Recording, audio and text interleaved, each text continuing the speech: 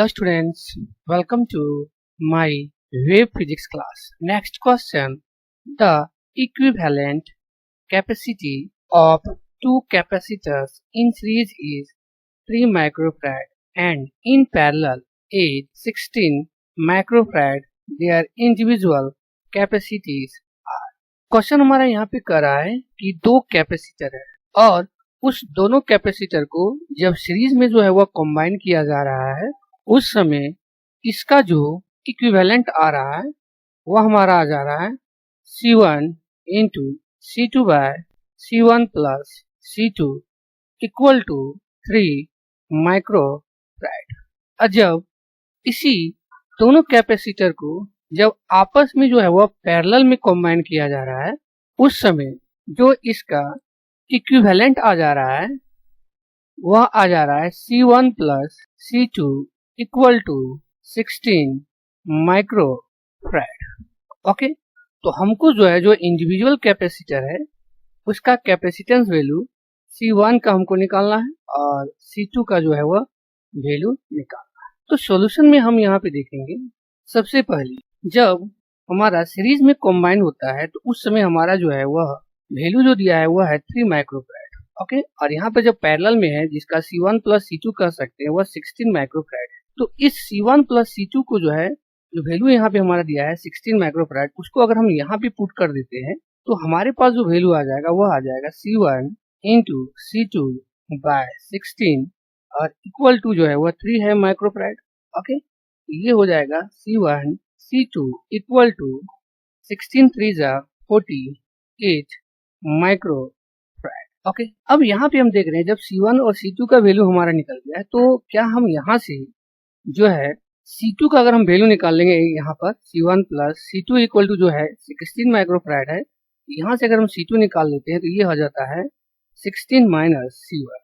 Okay, तो इस value को अगर हम पुट कर देते हैं इस वैल्यू पर तो C2 का वैल्यू जो है वो हमारा यहाँ पे हो जाएगा 16 माइनस C1 और इक्वल टू हो जाएगा 48। यहाँ पर हम देख रहे हैं ये हो जाएगा हमारा 16 C1 और ये हो जाएगा माइनस C1 का जो है वो स्क्वायर और इक्वल टू हो जाएगा 48।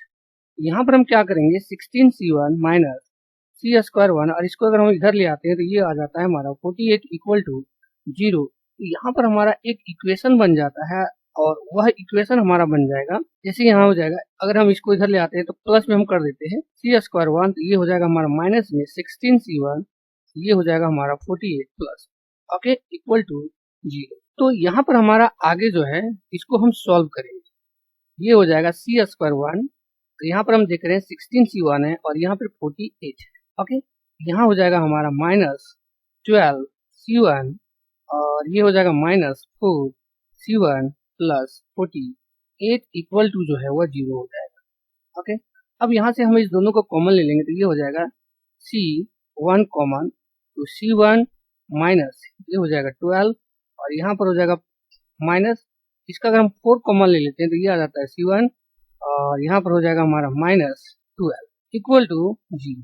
ओके, यहाँ पर हमारा हो जाएगा C1 माइनस 4 और इंटू हो जाएगा C1 माइनस 12 इक्वल टू जो है वह 0 हो जाएगा।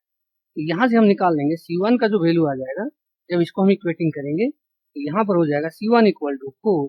ओके, और यहाँ पर आ जाएगा C1 का वैल्यू वह आ जाएगा हमारा 12। ओके, तो यहाँ पर हम देख रहे हैं C1 का वैल्यू जो है वह हमारे पास दो आ गया, एक 4 आ गया है और एक 12 आ गया। तो अगर हम यहाँ पे देख रहे हैं C2 हमारा दिया हुआ है C2 इक्वल टू 60।